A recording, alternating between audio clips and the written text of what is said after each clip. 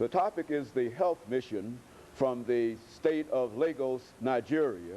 And we're talking to Dr. JAdris and Dr. Fucus3. And earlier, during the first segment, Dr. JAdris gave us some information about his background, education, and some of the things that were important in his life, Dr. Fucus3. And what we'd like for you to do is to take the first few minutes of this time to talk about Dr. Fucus3 and your responsibilities and kind of things that are important in your life. And then Dr. will give us some additional information about health issues in Nigeria. Thank you, Doctor. First, I must say it's really nice to be here. I am a medical doctor.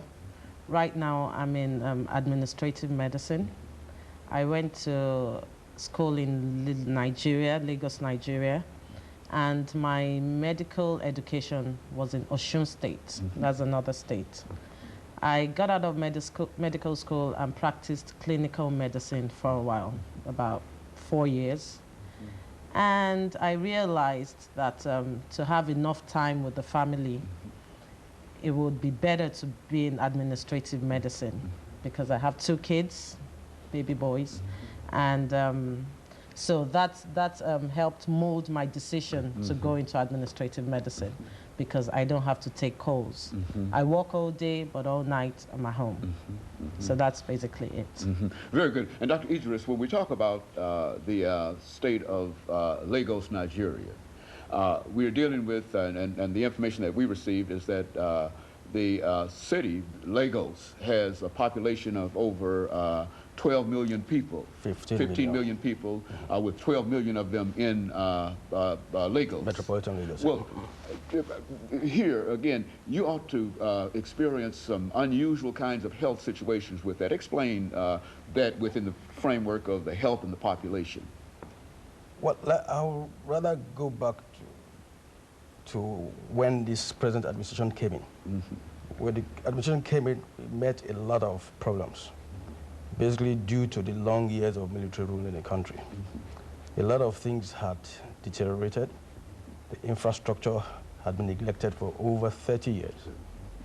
Basic infrastructure like water, electricity, power were no longer there. The hospitals had become mere shadows of themselves. Levels of poverty of the people had gone very high. Purchasing power of people very, very low. And so when we got in, I mean, we found that the task was very, very enormous. We now had to sit down to plan our strategy as to how to at least face, carry out some of these plans. Basically, the other thing we realized was that the health indices for the state, especially for the nation, very, very low, very bad. I mean, compared to Lagos, Lagos had a relatively better indices, but compared to other cities, it's still low. Infant mortality rate is very high. Maternal mortality rate is high. Life expectancy is barely over 50 years. And the financing mechanism is not in place, not adequate, because just like you have here, we don't have a social, we don't have any health insurance or any social security system in place. Most people pay out of pocket. If you look at the level of poverty, how much can they pay? So the resources available to government very, very limited. So we needed to prioritize our programs. And then when we started, we decided to design programs that actually will address the poverty level of people. We looked at the disease burden, basically communicable diseases like malaria, which is still the #1 leading cause of death in the sub-Saharan Africa. It's the same thing. HIV/AIDS has become very, very, very important, and it's killing a lot of people. So we had to fashion our programs to be able to control or address this, at least within the limits of our resources. Issue of reproductive health, we had to face that because, that's why infant mortality is high. Our mothers die. For every 100 women that go to the hospital for antenatal care, perhaps about 10 will eventually die. So it's very high. So we need to design programs to address such issues. We had school health programs to address children in school. We had immunization strategies because of the high level of communicable diseases. We needed to face that. We address those issues. These are the things that have what we call large externalities.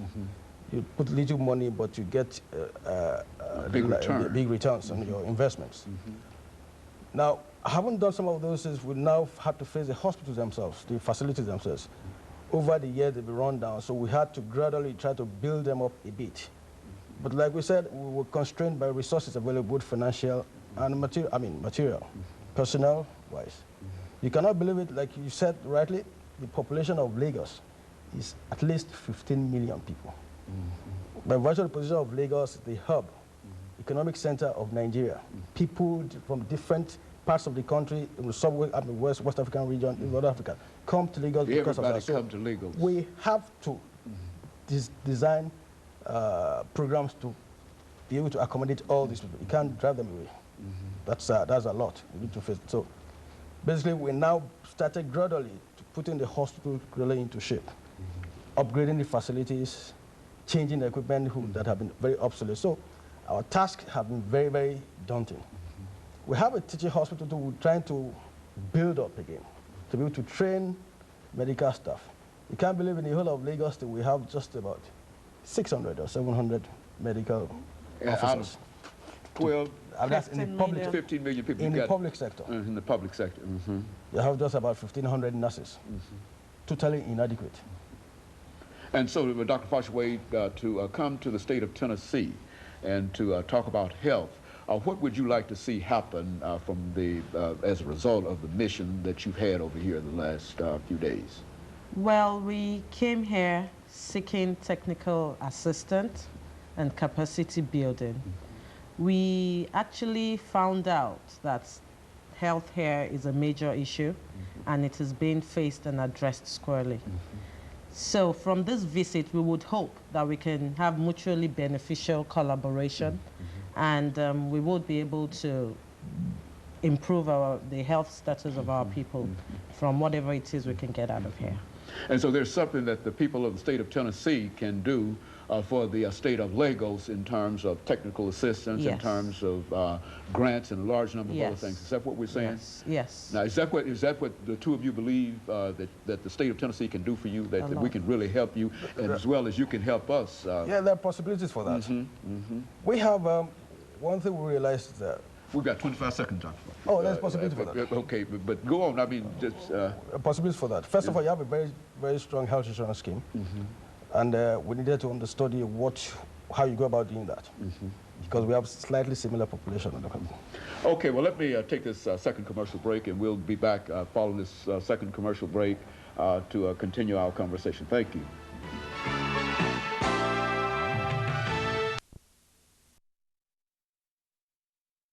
We're talking to Dr.